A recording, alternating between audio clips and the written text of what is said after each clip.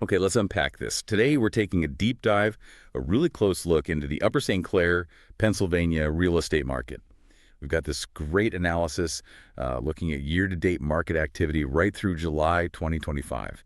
And really, our mission here is to pull out the most important nuggets of knowledge, maybe some surprising facts too, to help you get truly well-informed about this specific local market. Yeah, and what's fascinating here, I think, is how digging into the details of one specific local market, even if, it's not right where you live, it really gives us these universal insights. It tells us a lot about real estate dynamics more broadly. Right, it's not just about Upper St. Clair. Exactly. Clair. It helps us understand the forces playing out in competitive housing markets pretty much everywhere.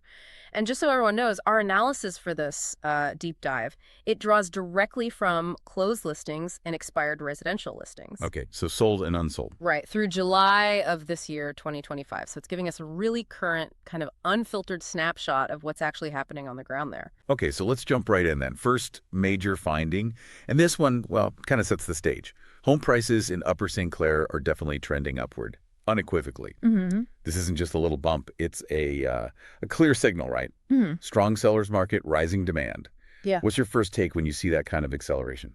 My immediate reaction, the data doesn't just paint a picture, it practically shouts it. We've seen the median sold price climb every single quarter this year. Every quarter, wow. Yeah. And when we talk median price, just for clarity, that's the middle point of all the sale prices. It gives a much clearer, less skewed view than just an average, Right, less pulled by outliers. Exactly. So Q1 of 2025, the median sold price was $428,750. Okay. Then Q2, it jumped up to $494,850. Oh, that's a decent jump. It is. And then Q3, we're looking at a median sold price of $555,000. Wow. So hold on, a cumulative increase. Yeah. That's nearly 30% in just 3 quarters. That's right. Almost 30%. That's not just growth. I mean, that feels like an explosion. And here's where it gets really interesting looking at those numbers. The pace of that growth, it's actually speeding up, isn't it? It is. The gap between Q2 and Q3 is bigger than between Q1 and Q2. Which just tells you how quickly local demand can really outrun supply, even if the broader market seems, I don't know, stable maybe. This kind of speed, it's absolutely critical for buyers to understand and sellers. Well, strategic pricing becomes everything. Absolutely critical. So, okay, we've got rising prices for homes that do sell. But what about the ones that, sit there, the ones that don't sell? This next part, it reveals maybe a surprising weakness for sellers in certain price brackets. What's the secret to success here, and where do homes seem to hit a wall? This is where it gets really granular and really insightful, I think. When we compare the sold listings to the ones that expire, they didn't sell in their listing period, got pulled off the market, the differences are pretty stark. For homes priced under $300,000, we're looking at a 90% sold rate, only 10% expired. So almost a sure thing. Very high success, yeah. Moving up a bit, the $300K to $500K range saw 75.9% sold, 24.1% expired. Still pretty strong. Still strong. And the $500K to $700K range was actually quite similar. 76.5% sold, 23.5% expired. Okay, so up to $700K, things look pretty good for sellers overall. Right, but then it changes. That's what I'm seeing here. It shifts dramatically, doesn't it? Yeah. That dropped from over 76% sold down to just 42% in the $700K to $1 million range. That's startling. Why do you think that specific bracket struggles so much when just below it, things are moving so well? It's a fantastic question, and the numbers, well, they don't lie. Homes in that $700,000 to $1 million bracket, they only sold 42.1% of the time. That means 57.9%, almost 58% expired. So more likely to expire than sell. They were more likely to expire than sell. Now, here's a twist. This next number, it kind of bucks the trend. The $1 million to $1.5 million range actually saw a high success rate again. 85.7% sold, only 14.3% expired. Really? What would that be? It suggests there's a very specific, maybe less price-sensitive buyer for that particular sweet spot. But then we go higher again. $1.5 million to $3 million, and we're back to a higher expiration rate. 44.4% sold, 55.6% expired. Back to more expiring than sell. Correct. And then anything above $3 million, the data for this period shows 0% sold, 100% expired. Zero sold above $3 million. Okay, and so the key insight here seems pretty clear then. Homes under $700K, much higher success rate, 75 to 90% selling.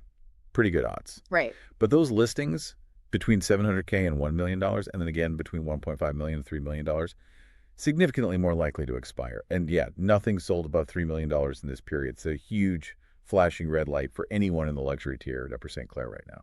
And it's not just about price points either. We can even see specific neighborhoods popping up with higher expiration rates. Luca really stands out. 6 expired listings there. 6 in one neighborhood. Yeah. And you have Redfern, Partridge Run, Seagar. They each had 2 expired. Hollow Tree had 1. It suggests these areas might face, some unique pricing challenges, maybe demand issues, or maybe they're just overrepresented in those tougher, higher price segments we talked about. Right. Could be a mix of factors. It highlights how hyper-local these dynamics can be, even within one town. Absolutely. So this brings us to, I think, a really crucial question for sellers. Everyone wants top dollar, obviously. But is there a point where aiming too high actually costs you? Does overpricing really hurt in the long run? I mean, I hear what you're saying, but isn't there sometimes a strategy where you list high, test the waters, know you can always come down later? That's a really common thought process. You hear it a lot. Yeah. But the data here, it's pretty clear, and it often pushes back against that strategy. Okay. So for the homes that did eventually sell, the average initial list price was about 8.4% higher than the final sale price. The median overpricing was similar, 8.1%. Right, so they started about 8% higher on average. Yes. But here's the critical part, the effect this had. Homes that were listed more than 5% above their eventual sale price. They simply did not achieve higher final prices. They didn't get more money in the end by starting higher. No. In fact, what we see is that overpricing correlates directly with longer time on the market. And very often, it leads to price reductions before a sale even happens. It's like that old saying in real estate, price it right or price it twice. This data really hammers that point home. It shows the price at twice part often involves waiting longer and still not getting that initial high number. Okay, so connecting this back then, the conclusion feels pretty straightforward. Overpricing generally hurts sellers. It leads to more expired listings, properties sitting around longer, and often actually getting a lower final sale price than if they'd priced it right from the start. So it's not just about waiting longer, it can actually mean ending up with less money. That's what the correlation suggests, yes. Okay, this raises an important question then. What's the optimal strategy? How do you avoid that pitfall, especially in those tougher price brackets? Well, part of it is knowing the market sweet spots. Right. Okay, so it's not all doom and gloom or potential mistakes. Let's pivot to where the opportunities are. Where are the sweet spots in this market? What types of homes, what areas are really performing well, flying off the shelves? Yeah, absolutely. We definitely identified some clear winners, these market sweet spots based on those median sold prices. Homes with 3 or more stories and 4 bedrooms, they're right at the top. Median sold price, $1,375,000. Wow, okay. Specific style fetching top dollar. Very specific. Following that closely are ranch homes, or one-level homes, but with 5 bedrooms. Their median was $1,332,500. So big ranches are in demand. Seems so. Then 1 and a 12-story homes, again with 5 bedrooms, fetching a median of $803,500. Multi-level homes with 5 bedrooms, median $685,000. And even a raised ranch, but with 3 bedrooms this time, median $635,000. Interesting mix there. It is. And this pattern we see in Upper St. Clair, where these maybe unique, larger homes are getting top dollar, it often reflects a broader trend, Buyers prioritizing space, specific architectural styles, especially in competitive markets, turns these sometimes niche properties into, unexpectedly high-value assets. So just to summarize that bit, it looks like larger homes, definitely 4 or 5 bedrooms, seem key. And especially those with kind of unique styles, 3+ stories, the big ranches, multi-levels, those are really hitting the highest sale prices in Upper St. Clair. That's what the data shows for this period. And like we said earlier, under $700K, things are moving fast, very few expirations. It's a really fascinating split in what's clearly a high demand area overall. And just to reiterate, conversely, those underperforming segments we talked about, still relevant. The luxury listings say above $1.5 million and that tricky $700K to $1 million range. Right. They continue to face those higher expiration rates, slower sales. Right. And thinking about those neighborhoods we mentioned, like Luca, with all those expireds, it really makes you wonder, are sellers there maybe holding on to slightly outdated price expectations? Or is there something really unique happening just locally that's maybe suppressing demand a bit? Could be. And Luca specifically stands out with that high number of expireds in this time frame. Yeah, it definitely warrants a closer look if you're active in that specific area. Okay. So let's bring it all together. What does this all mean for you, the listener? Whether you're thinking about buying, selling, maybe just investing, or even just trying to stay informed about the real estate landscape in a, well, clearly a hot market like this one. So what does this all mean?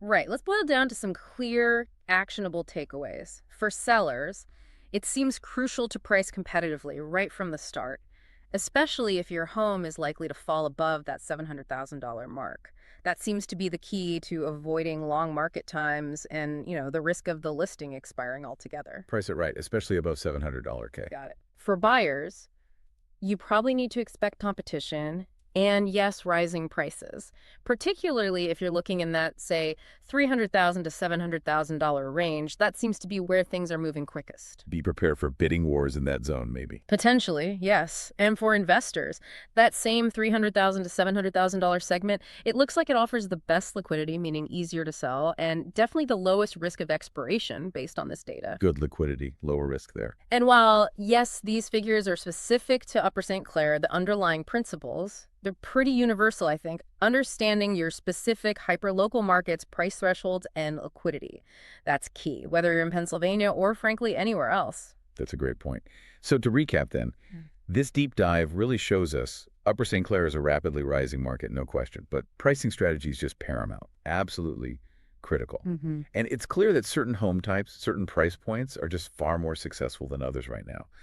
The data really speaks volumes about these specific nuances that can make or break a sale in this kind of environment. Definitely. And maybe a final thought to leave people with. Given that this analysis runs through July 2025, and we've seen this accelerating market, how might these sweet spots and these pricing pitfalls, how might they continue to evolve? Good question. What specific features, maybe home conditions or selling strategies might become even more critical for success as these trends potentially solidify?